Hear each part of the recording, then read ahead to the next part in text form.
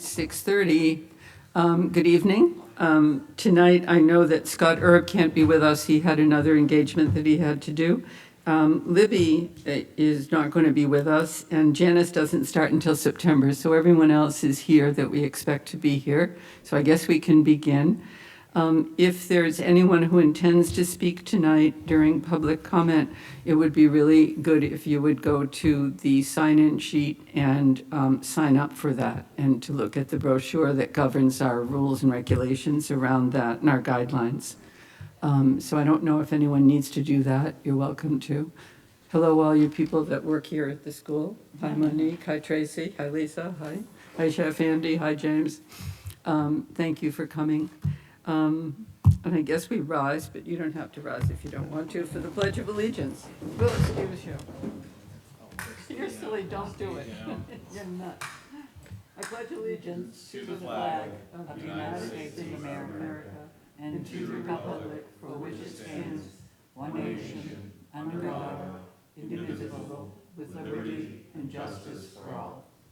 When you go to sit down, make sure you know where this chair is. That was the mistake I used to make. I don't believe that there are any adjustments to the agenda, but I'm turning to Chris to make sure. Okay. And usually at this point, I read something from our Code of Ethics, but tonight, you know, in trying to orient quite a few new board members, I needed to look back at the packet that we give to new board members to try to remember the things that as existing board members we should remember. And this is from the School Board Powers and Responsibilities. And the reason I'm reading from this is that we all like to think our job on the board is to around curriculum and policy development and the kids, and it is, but we also have a lot more responsibilities than that. And there are 10 in the list. One of which is enacting policy, and they go all the way to improvement of the school system and the budget and all of those pieces. And I just think it's good for all of us to review BBA from time to time. The school board shall have general charge of all the public schools of this unit and shall exercise such other responsibilities as specifically provided by law. And it does also say the board functioning within the framework of laws, court decisions, attorney general's opinions, and similar mandates from the state and national levels of government, recognizing the authority of the state fulfills its mission as the governing body of a political subdivision by acting as follows in the execution of its duties, and it lists all 10. It's kind of an awesome responsibility that we have, and I'm glad that I see so many smiles when I come in here. It's to your credit that you're all doing this and are elected by your towns to do this. So thank you. And with that, we move to communications. I have nothing new. You have nothing new. And no one has signed up for public comment tonight? No. Good news stories. I don't have any right now, but please, if others have a good news story, either administrators or members of the board. I saw the robotics team in Wilton. That was the only thing Hi, James. All right, good news from the middle school. I'm happy to say this year, we're at this time, we have all of our teaching positions filled, which at last year at this time we did not. So I'm excited about that. We do have a few other positions to fill prior to the start of school, but as far as teaching positions go, we are full there. And just a shout out to our custodial staff and our maintenance staff. Just lots of projects getting done around the district, but also at the middle school they've done paving and new doors and paint and awnings and just doing a lot of things around the school, which is going to make the school look so much better when the kids come back this fall. So we're excited about that. So you'll see pictures and stuff in the board update in September, but I just wanted to share a few of those things tonight. So Great, good news. yes. It is. Thank you. Monique?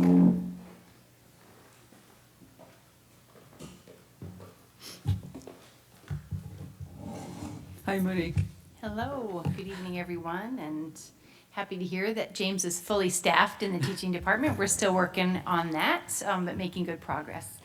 I wanted to share that we will be orienting in the next couple of weeks 12 international students, and they are from Italy, Spain, China, Mexico, Brazil, and Germany this time around. And Lisa Dalrymple, who oversees our international student program, has been working very hard to ensure good placement and schedules and that type of thing. So we're very happy and proud of that. And I think in Superintendent Elkington's report, he'll share our new athletic director.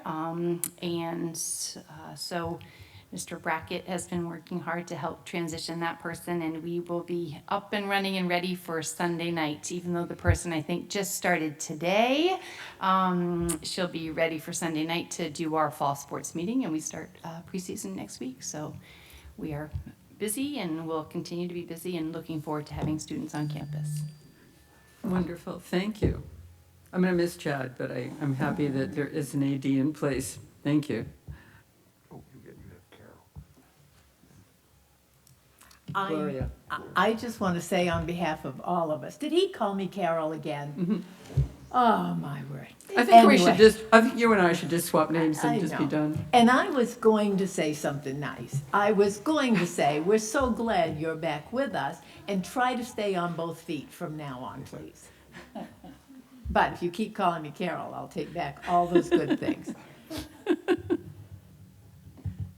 Thank you, Gloria.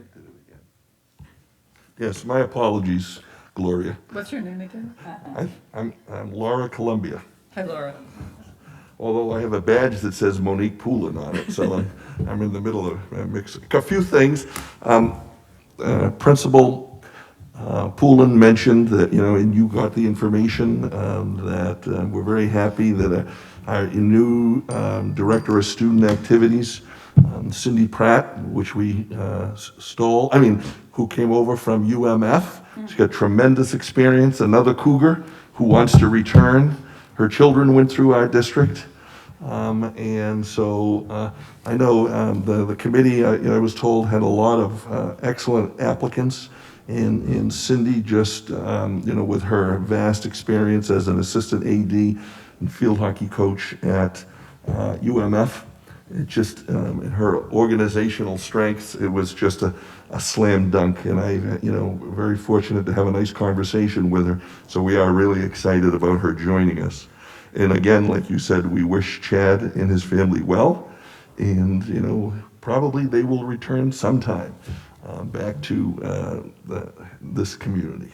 I want to thank Principal Black, who was able to get an expert from Homeland Security, who is starting to work with us on looking at our school safety plans, and will be coming and visiting our schools to give us oversight and some oversight ideas and some suggestions on what we can do to improve our plans. We've also gone to a new plan document, which Principal Black has formatted so that it'll be used at the school level. So that's, there are many differing things that we look at during this, in running a school system, and obviously security is as important as any of them. So there was some good progress there.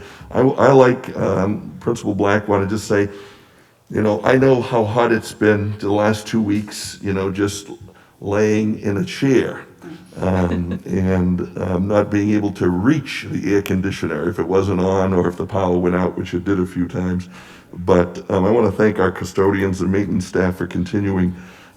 We did not have, what you would consider wholesale call-outs because it was too hot. Everybody just kept working together. And so I want to thank them during this, the last couple of weeks. And I do want to just mention that you should be able to see some of the outside structures are starting to take form, with the cement being laid, and then the wooden structures to go up. The next phase of that will be the roofs that will be put on by our maintenance staff. So one here is pretty close, and the cement is being poured in other places. There has been a goodly amount of work completed this summer so far. We still have a few weeks to go, so we're quite excited about that. Thank you. Other good news story. Oh, yes. Hi. Push the little thingy there. No, you push You have to it. push You the light little it up. person. There you go. And now I can turn. Oh, why is this not telling me? Oh, there. You're all set. Thank you, Lisa. Good evening. My name is Lisa Sinclair, principal at Cape Cod Hill Elementary School. I just wanted to share a celebration. This summer, we did some targeted tutoring to kind of address some undo some COVID damage and offer some extended support for kids. We had 24 kids take advantage of that opportunity, and we had individual plans for each student. So we targeted math and reading areas of need. Parents could design their own schedule around their summer, and it was very successful, and a lot of kids were saying how fun it was. So they were happy to come. We did progress monitoring with a reading tool called Dynamic Indicators of Basic Early Literacy Skills, and we also used our Lexia reading intervention as well as some math snapshots. And the good news is 100% of the students made progress. So where they came in, each child made progress toward his or her goal. 75% made very good progress. So we were very pleased with that. And it was very successful. And I wanted to thank Casey Purington, who serviced the K-2 kids, and Sherry Carcass, who serviced the 3-5 kids. And for parents for dedicating their summer and bringing kiddos for that service. So there was a total of 5,871 minutes read. So congratulations to those kids. Nice, thank you. Good news. Sure. Superintendent. And this was, we have our regular ESY program and summer offerings. This was something different that Lisa wanted to try with some tutoring, which at Cape Cod Hill School, and 24 students, that's more than 10% of the population of that school. That's about 15%.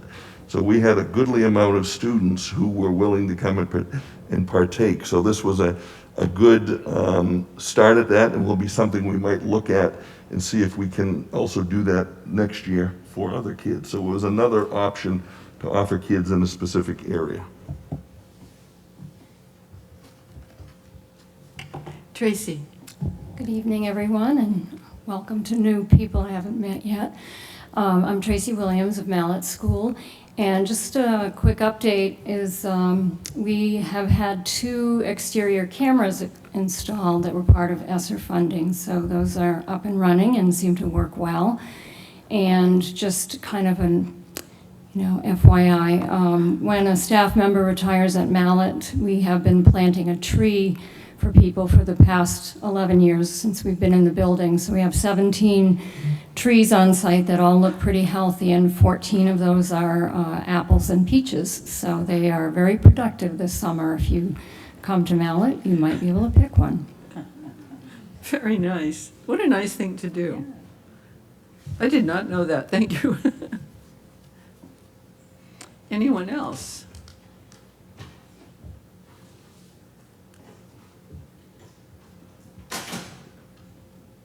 Good evening. Anyone else with good news stories? Hearing none, I think it's the superintendent's report. And unless there's any questions, there's just 3 areas that I want to emphasize from the information that was shared with you, and they are the last 3 sections in my report.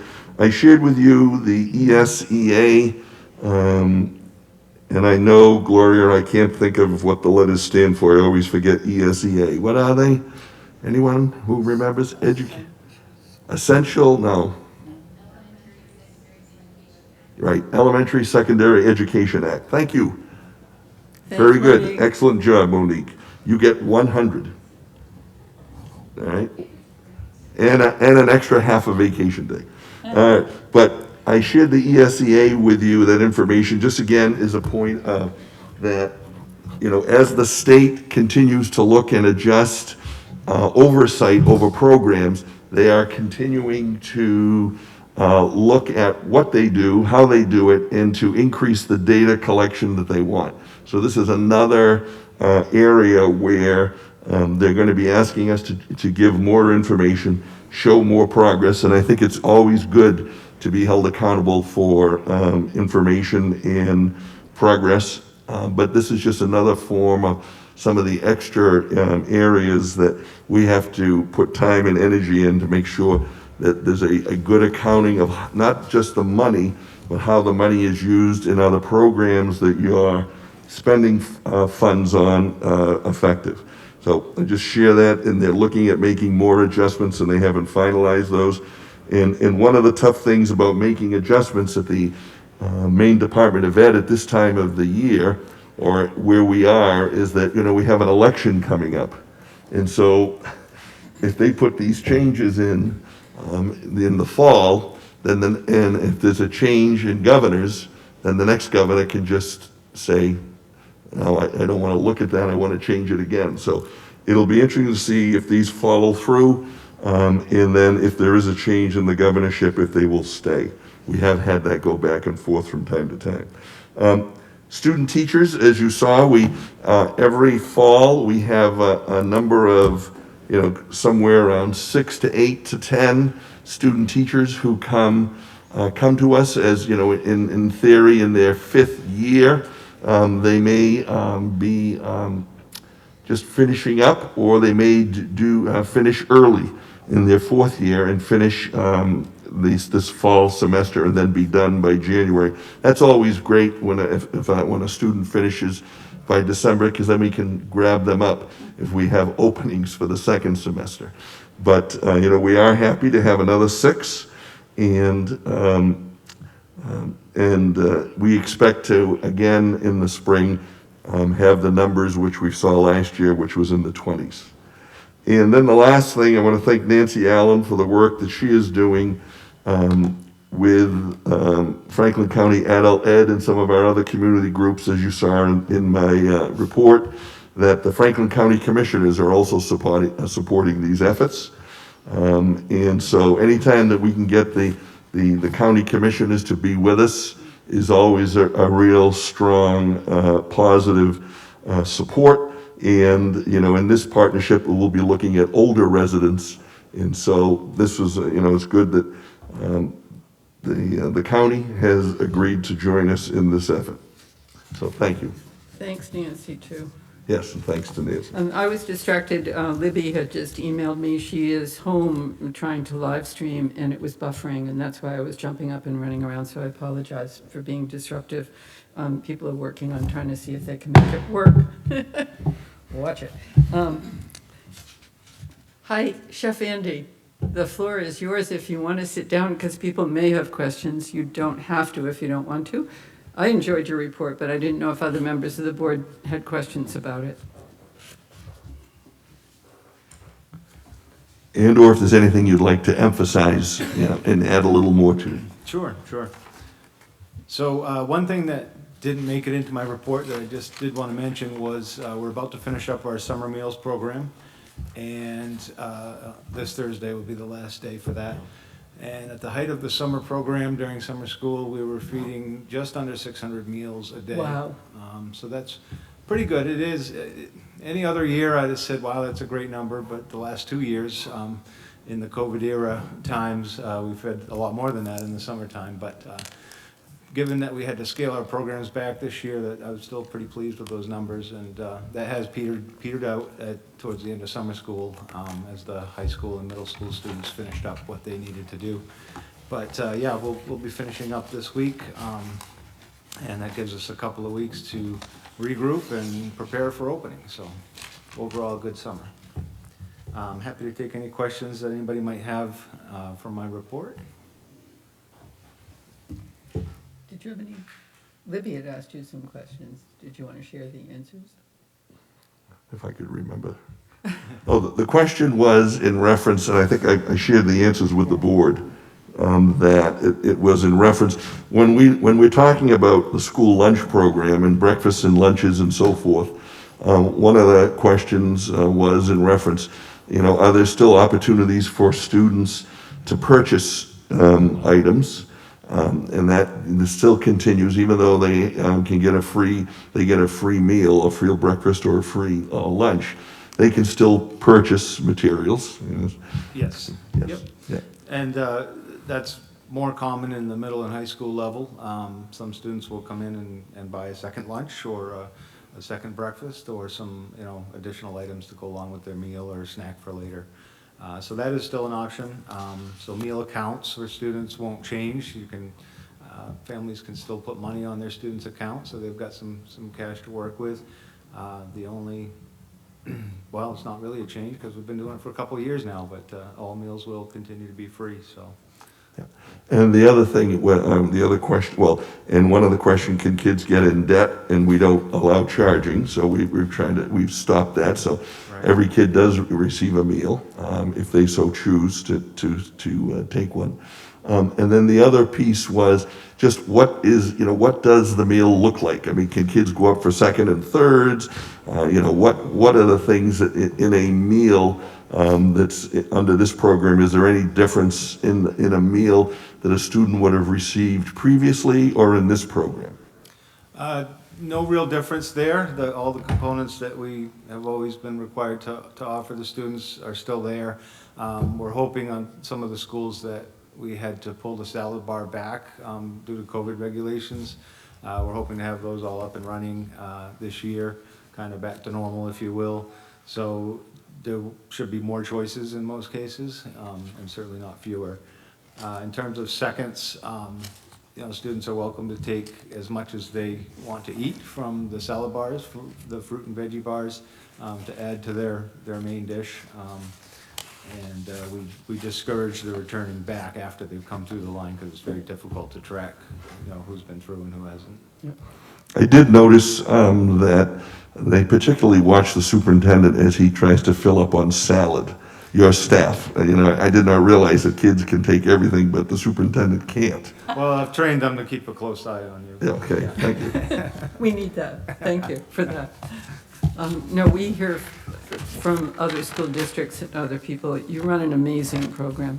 And when they were delivering last summer, when we were hard pressed and somehow we managed to put some meals on the bus for the kids in Starks, I saw some of the meals because I was kind of delivering them and they were amazing. I mean, I had them in my fridge for a while. It was tempting to not get them out to where they were supposed to go, but really a lot of creativity, a lot of good food, but presented in a way that makes kids want to eat it. And starting in the younger grades, it carries on. So Thank you. So thank you for it. I really appreciate that you do an excellent job. Yeah, and Andy, did you want to say any more about some of your plans for, some of the staff you brought on last year about what you're going to be hoping to maybe create and do differently? You had some pretty creative thoughts when we looked at staffing. Sure. So in my first 5 years here at the district, sometimes I can be a little slow, and it took me 5 years to realize I can't be everywhere all the time. So using a combination of the food service department funding and COVID relief funding, we brought on created a couple of new positions. One was a administrative assistant, if you will, to help me with some of the day-to-day paperwork that bogs me down and prevents me from getting out to the schools and to each kitchen. So that's been we started that in December, and it's been a huge help for me to be able to get out there and inspect what I expect from my staff.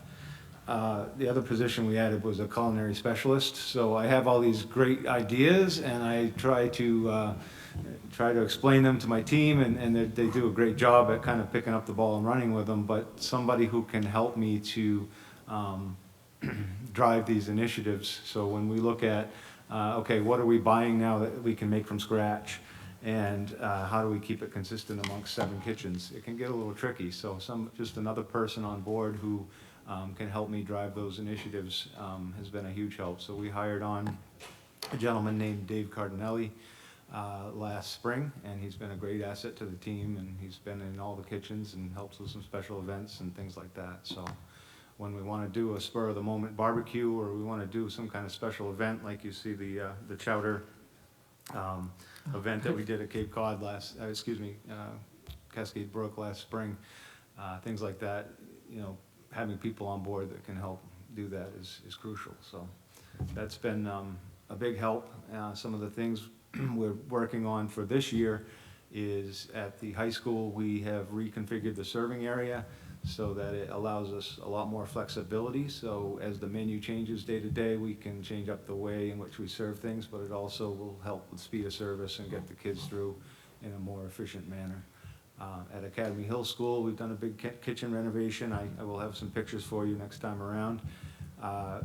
But we have some new serving equipment there, some new cooking equipment. So we're gonna be able to, take it up a notch at that school. So we're just, and we, as you know, we did the middle school last summer. So we're going school by school, and we're really, trying to raise the bar, not just in the equipment that we have and the service, pieces of equipment and service style that we have, but also the quality of food and service. So. In one of the other pieces that we had talked about when we looked at these positions, there was an adjustment that there were some duties that were being done in the central office, and so some of those funds were moved back to Andy's program when we were looking at these positions. And then the other piece, which was a big concern before we made these changes, especially during the time of COVID, was absences. We had staff sick, and we have an older staff, in our food service group, and we are very fortunate to have them. But, many times you'd make a call and you'd say, "Where's Andy?" It was kind of like, "Where's Waldo?" All during the first half of my first year here. And so these two individuals in part of this work are also going and subbing in all of our schools. So we probably have the best substitute situation, or when there's an emergency in food service. So it's another added piece. And because, one of the things we need to be very careful with is we don't want to overwhelm our staff or the leader of the program to do some of the big ideas. And so these two individuals are also very quick, along with Andy, to go and do and help schools. There were some schools where we lost 2 of the 3 people were ill. And so that makes it very difficult. If you're about to serve 300 meals, and at 5 a.m. Andy is getting a call and people are out and ill. So these people have also served in that role. So this investment is also a support to make sure that our programs continue to run well.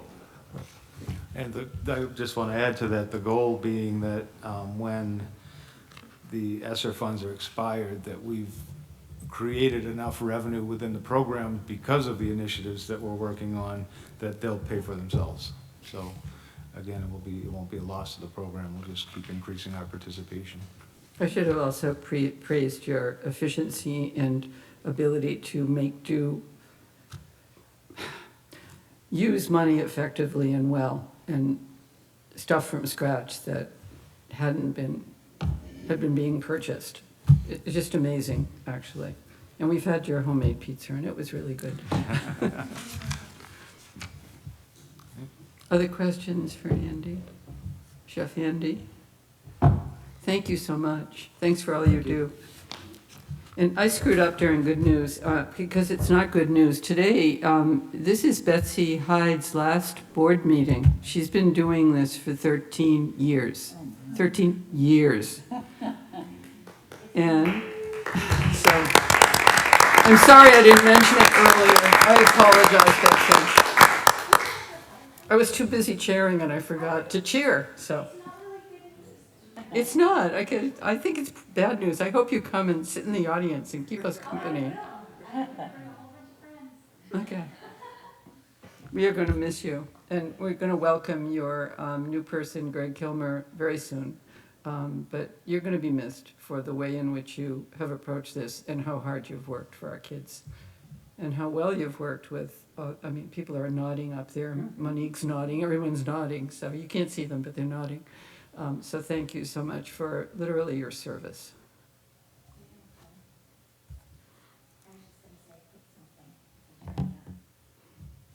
Push your button.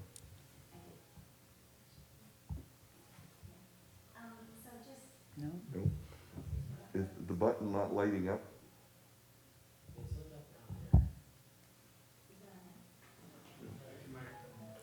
Yeah, we're just gonna. Oh, it just there we go. wasn't There we plugged go. in. It wasn't plugged. Okay, there we go. So this, just let me just have just a minute, but it's been such an awesome experience. I look at these people that I've worked with, and I know I've only served for 13 years. We've lived here for 23 years, and this school district has taken 8 people from my family, including our 2 beautiful daughter-in-laws, all the way through. And they are awesome human beings. They are successful college graduates. They are on their way to school this fall. They are happy, wonderful humans. And I know it's because we moved here and raised them here, and they've been influenced by a tremendous team of Mount Blue staff. It's an incredible place. I literally pinch myself that the education is so incredible out here in the Willy Wax of Maine. I mean, no offense to anyone, but we do not live in Greenwich, Connecticut. And I'm astounded at the education that my children have received, and I'm so grateful. And I've been grateful to have a school board bird's eye view of them as they've gone through the programs. So a different perspective added for sure. But thank you all. And thanks for serving with me. It's been great. You'll be missed.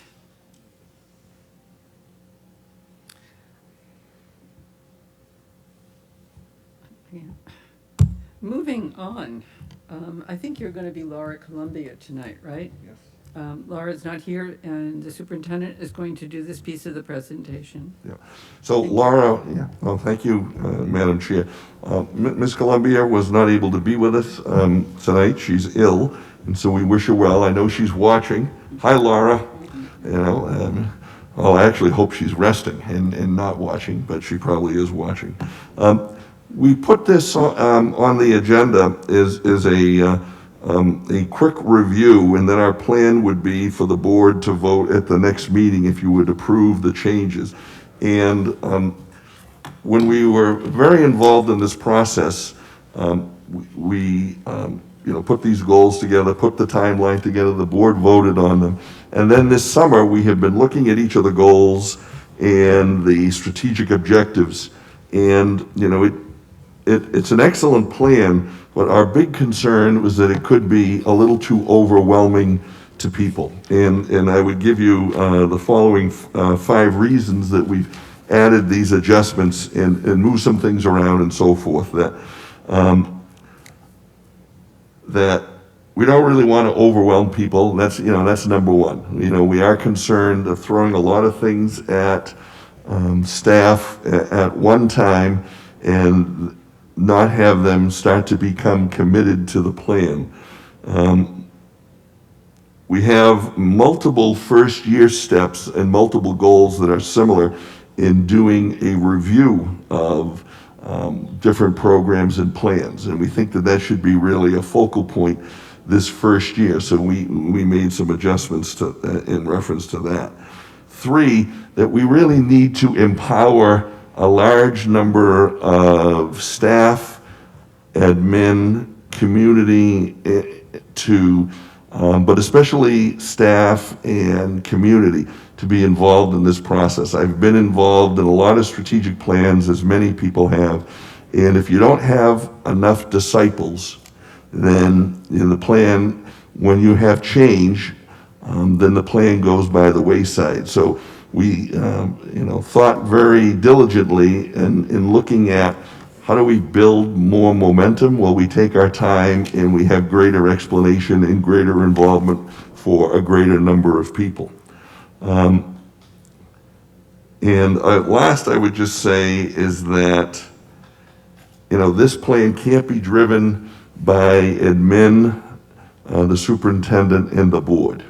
It really needs to be driven by, community, the staff, and student involvement. And so the kind of process that we've looked at developing, and you've seen certain pieces, will allow more involvement and will allow for people to get more behind the plan and be involved in the plan. As you saw with the number of goals that we have there, we have spread those goals out, and there will be multiple groups working on action steps for each individual goal. And we feel like we need to take a little bit more time in those efforts so as not to have necessarily a competition or people having,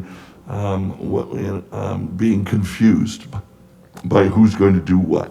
So that was those were the general reasons why we took another good hard look and made the adjustments that you have seen in the plan. And in the documents that you received, that second set of the community pieces, or the second set of the time frame, you can see, we did elongate some of this to some point. We moved some things from 25 to 27. We moved some things from 24 to 26. In the community section, we adjusted in reference to looking at, under long-term goal 2, we made some, what we thought would be some important adjustments in reference to the evaluation process. And, if you go through, those are the kinds of adjustments that we made. And if you look at, I'm going to say, in goal 3, we originally had the output in the input sections. We talked about making that one section. When we reviewed it again this summer, we said it really makes more sense to just have that output and input together. So that's why we combined those. And then in the rest of the plan, there were just some more adjustments around the monitoring and when we thought we would be ready to be able to do, in a formal way, have oversight and follow through. So those were really the biggest adjustments. There were not a lot, but there were several, especially in long-term goal 10, which was all students will regularly engage in active, meaningful, student-centered learning. Our original goals timeline were, we thought, a little too quick, and we felt like if we were going to be able to show regular engagement, that we needed to put more time in some of the other goals before we could say that would happen. And so we looked at adjusting in reference to monitoring and so forth. So these were basic adjustments, not necessarily asking to change any of the goals and what the goals say and state, but really looking to have a process that was much more driven by a number of individuals within the community, and again, not an admin-centered strategic plan. And we have a number of committees that are going to be doing work, which are going to be assigned committees, chairs to those committees, which will be administrators. But then we also added some strategic objectives to our 3 committees, the 3 board committees, to get so that the board would be very involved in some of those strategic objectives and also model for the rest of the staff. So that was the reasoning for those adjustments. And again, if there are any questions, but the goal would be for you to take we would bring these back to the next meeting and then have you make a final vote, and then we'd move forward. So just to see if I'm listening without looking at your notes, the changes, and see if I'm understanding this right, some of the reasons for making the adjustments to the plan is to, A, not overpower staff, administrators, and even students and community, and to get more community involvement and up that involvement of community, meaning families, students, families, community organizations, and others to really understand the plan, to have that community staff, student involvement up at, improved, buttressed, and that there's clarity and a realistic time frame, and that it not be an administration-centered plan, but a plan that's based on the final document that has more realistic timelines. Am I catching the general drift? Am I missing anything? You did it much better in 1.5 minutes than I just did it in 7. So yes. Just call on me, Gloria, I'll be right there always to help you along. Thank you, Madam Chair. But yes, that's correct. That is the purpose of the adjustments I'll just say that, many times when you have a strategic plan and so forth, it can be really driven by the superintendent, and then everybody in the field is like, all right, the superintendent wants us to turn and do this, and then that then becomes a part of the superintendent's goals of how you rate and assess the superintendent's effectiveness. And I think the best way to rate the effectiveness of the superintendent is that this plan is a working document that successfully continues after the superintendent leaves. That's the best way, or as administrators change. I just wanted to say, I had coffee this morning with Lisa Laughlin, and it was mostly just for the joy of having coffee with Lisa Laughlin. But she had been the person on our board that was charged with pulling this together, and, she did a really good job. And the thing that I like about the fact that this is being revisited and looked at this way is that sometimes a strategic plan can be work on top of work rather than integrated, and a better way of doing what we're already doing, but doing it better with a look to the future and for the future impact. And this makes me feel better that it's being refined.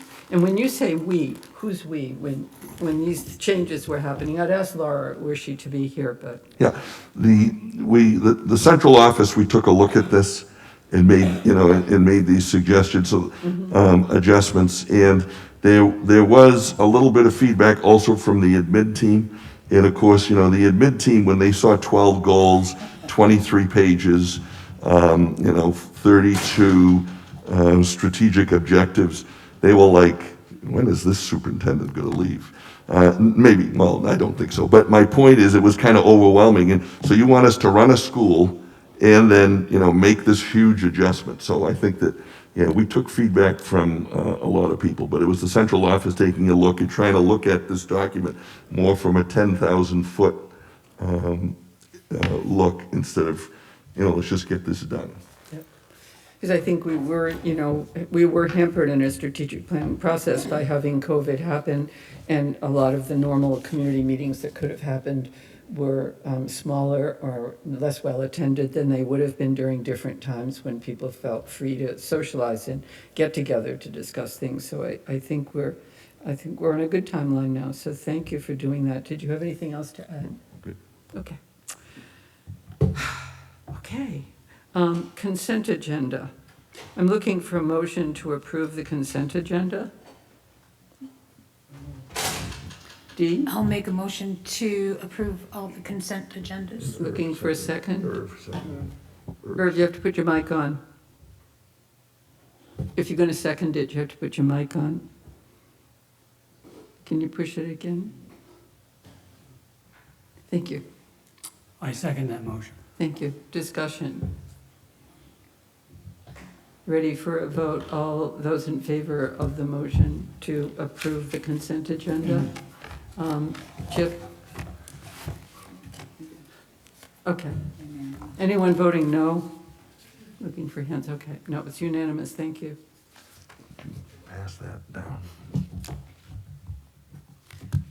So, we're moving on to new business. The first item of new business is the COVID update, and we're passing out a working document from Maine Centers for Disease Control and Prevention. And Superintendent Elkington, to you. They're going to go to Chip, so if anyone, Lisa or James, if you want to grab those so you guys have copies, there's extra going down that way for the office. My apologies that you're going to be listening to me again on this item. So, new business, COVID update, and infectious disease. And the reason I'm bringing this up and sharing this is that I wanted to review a few things, and I'll be sharing this also with parents in the next week or 10 days in reference to, what are we doing, where are we going? The state of Maine, the last update from the state of Maine was on May 27th around COVID and COVID precautions. The document, which was what we used as the given for COVID expectations, in the state of Maine, it ran out at the end of June. That was the end of that in the end of June. And so what the state was telling us in the late spring is that we would now be following the expectations around infectious disease, like we do if we have an outbreak of whooping cough, or suddenly we have an outbreak of measles, and or flu that's more than 20% of the students are out of the school for 20%. So I'm giving you this document not because it says an awful lot about COVID, but because now COVID is considered one of these notifiable diseases. And so the expectations around the state at this time, although we do expect that we'll see something probably the day before school starts, and then we'll be running around. No, I hope not. But we have not heard that we're going to receive anything from the state. We know that the state at this time, unless there's some major change, is not going to be putting a new document together that these are the expectations. No one's going to be calling the legislature back or anything like that to pass anything. So we are going to be looking, as we would with other infectious diseases, moving forward, and it'll be the same kind of reporting and so forth. And in reference to the last piece that was on the state website, there were 5 areas that the state continues to say is the best guidance around dealing with COVID. And, cleaning and disinfecting. And so obviously we're going to be continuing those things this next year with our custodians. I know they're going to be quite excited about that. To vaccinate, that they still, they suggest that, and they make the point that, in any way, shape, or form, if you can offer clinics within your school district, work with local health officials and so forth, but to offer those to students,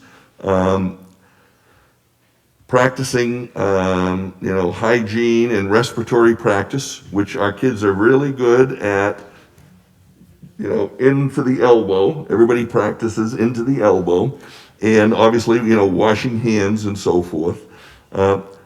Ventilation. Lots of fresh air, and we know for a lot of our staff, that going outside and taking advantage of the great outdoors is going to be continued by staff, and we have ventilation projects that, like many around the country, are going to be delayed, but we are still working towards that. And our classrooms and our teachers will have fans and so forth, extra fans, and there have been some adjustments and improvements made to existing ventilation, but changes in ventilation in our buildings will still be a ways away in reference to some of the major changes with some of the ESSER funds. It's just very hard to get people to be able to do that work and to get those systems built and sent to us. So that's still going to be a ways away. And, stay home when sick. That's, which is something we've always said to kids and to staff for years. So those 5 areas are the basis of what the state says should be our plan, moving forward in dealing with COVID. And so we will make those things clear to our staff and to our parents, but I don't see anything around, masking expectations and so forth. Obviously, some of us will continue to use masks and so forth. We've seen COVID go through the RSU 9 central office. It almost feels like it's on a ever-ready bunny. It just keeps going from office to office to office. And so, we will obviously watch that, and with the concerns of the new variant. But those are the basic 5 areas for us to treat it like an infectious disease if we get large numbers. If we suddenly have, what would be a large number? Well, in theory, if we suddenly had parents reporting COVID symptoms of more than 20% of the school, that would be an area of concern that we need to look at. If we saw, suddenly 25 or, 20 to 25% of a team, say at the middle school, that would be an area that, of concern that we would look at and talk to the Maine CDC. The same thing on a bus, right? If we had a bus that suddenly had, 30, 40, or 50% of the kids on that bus ill, then that would be an area that we would look at and with working with Maine CDC, determine what steps we should take. So those are all areas that we'll continue to oversee. Right now, that'll be our plan going forward.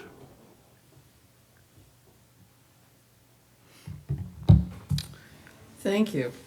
I'm really hoping that we get a handle on COVID and it calms down for the new school year. So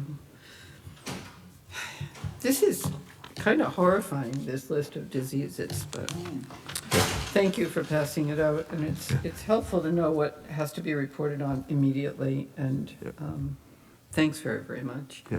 And I wasn't sharing that to scare people. I'm just saying that this is what the state has told us to, consider it as part of it for us to watch. So thank you.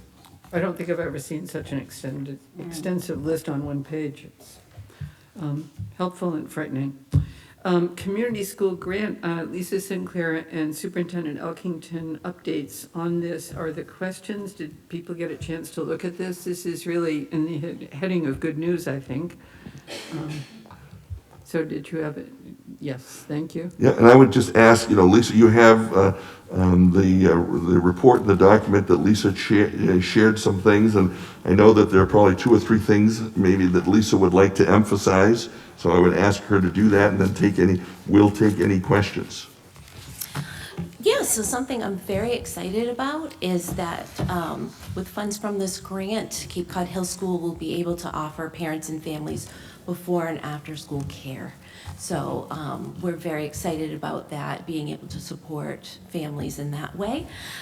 We've already been able to establish partnerships. This is such a wonderful area. So between 4-H, Healthy Community Coalition, Children's Task Force, we have some partnerships already in the works, and we're very excited about that. So the community school concept, it has 4 pillars that we're going to focus on. So it's integrated student supports, which means we're integrating with their academic supports also their physical and social emotional supports, so students can learn better. The second thing is supporting your families and communities, because supporting them supports your kids. The third thing is shared leadership. So it's a model that invites the community and taxpayers and parents and board members and teachers and students to have a voice. So you can see in the report that we have a leadership team, which includes a student representative. She's a 5th grader, Morgan McKay, and she has already done an amazing job gathering feedback from students on what they feel is important to them. And the reason why that's important to us is because we want kids to be engaged and we want them to come to school. We've had a little bit of problem with attendance, so the goal of it is to really reach out to kids and find out what's going to engage and motivate them to come to school. The 4th pillar is offering enrichment activities for kids after school. So with this grant money, we will be able to contract out with some providers to come to New Sharon, Maine, to offer things that wouldn't normally be available to the kids there, such as High Touch, High Tech of Maine, coming and doing some programming and that type of things with our kids. So. But we're very excited, and I know Libby can't be here tonight, but I know she's watching on there. She is also on our leadership team, and we are just very, very excited about what this can do for the community. I met with Libby one day, and she was just so excited at the quality of teaching at Cape Cod Hill School, and just the engagement of the teacher with the student. Just felt it was wonderful. So thank you for enriching the experience even further with this grant. Thank you for working on it. Yeah. And Libby, Judith Kaut, Libby did send a note to just, she gave it 6 stars instead of 5 about how excited she is about these pieces. And I want to just mention that Principal Sinclair, Lisa, has done a very nice job, has worked hard this summer reaching out to different groups. This is an added responsibility for Principal Sinclair, and we did not When we saw this grant offering in the early spring, or mid-spring, I can't even remember now. We went to Lisa and said, what do you think? Do you think your school could take this on? And, without hesitation, Lisa jumped right in. So I want to thank them again, because it is an extra responsibility, but it is extra services and supports for our kids. So it's something that we hope that we'll be able to use as an example, and to learn from this year, and then to see if we might make some expansion at some other schools. We have some programs that are in different places, like Fitbit Girls are in different places, and some other programs, and we're always looking to see if we can be cost conscious with increasing those supports. And so this grant was a really good opportunity to see if these things will actually work, and be supportive.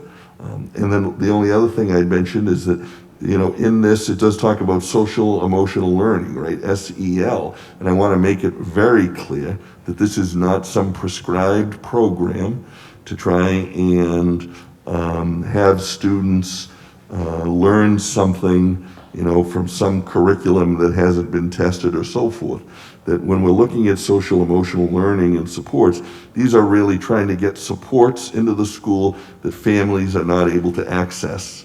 Whether it's a dental, the health, medical, or social worker, those kinds of things that might be a better support families whose students, whose children go to CCHS. So it's not we're trying to stuff something down people's throats or to just add something to the curriculum, but from a social emotional learning standpoint, it's added service, added attention to our students and our families. That's what we're really looking at to do here. I think of it as kind of added individual supports that families want, children want, but families and parents want, so that their children come to school healthy and ready to learn. And this grant that we're talking about, the community school contract, is really well named because it's bringing in community supports, but it's social and emotional learning kind of has this buzzword thing, but I think of it as just making a place feel warm and welcoming, and knowing for a student to know where they fit in the bigger picture of the classroom or with teachers or the principal, and just understanding how to have a really safe place to learn. Yeah, and I would add to that part of the grant was we had to give out a community needs assessment. And so the board, the teachers, the community, and the kids all responded and gave us the 3 things they felt they needed.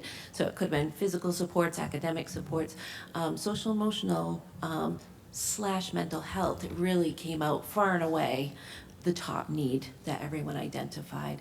And it is that kind of thing. It's addressing the anxiety. There's some school anxiety, attendance.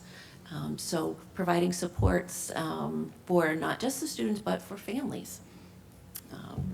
So we're very Thank you, excited Lisa. and very thankful for the support from the board. Thank you very much. Keep us informed as we go along. We like to learn. We need a motion to. Yes, we're looking for a motion to continue to accept and move forward with the community school grant for the 22-23 school year, which is this school year. Two people already. We got, I had a question before we went into the motion.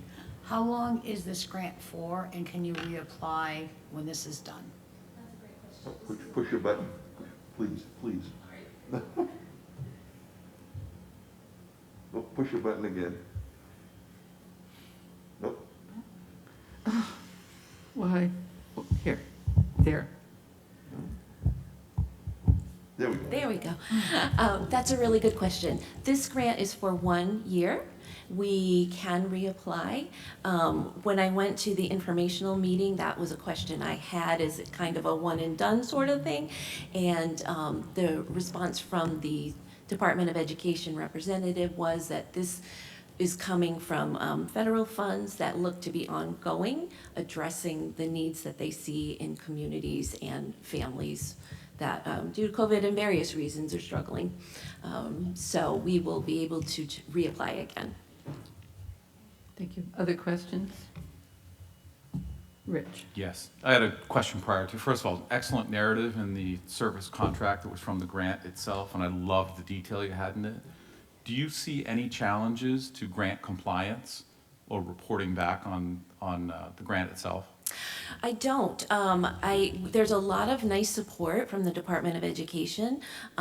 Julie Smythe is always available to me to answer my questions. And one question I had was, if as we roll along, we feel like we need to make some changes, the leadership team says, hey, we need to focus a little more on this, if that's okay. And she said, yes, of course. And so we will have ongoing support. I'll have support. I went to boot camp this summer to learn about community schools and what they should look like and unfold as.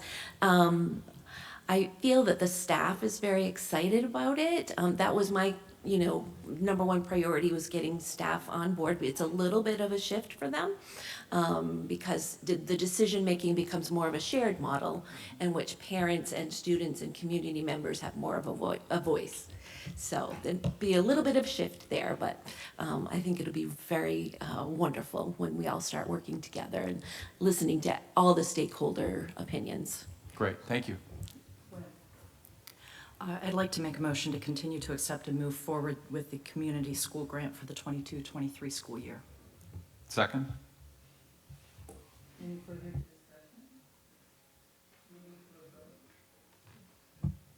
Any further discussion, moving to a vote? All in favor of the motion to continue to accept and move forward with the community school grant for the 22-23 school year?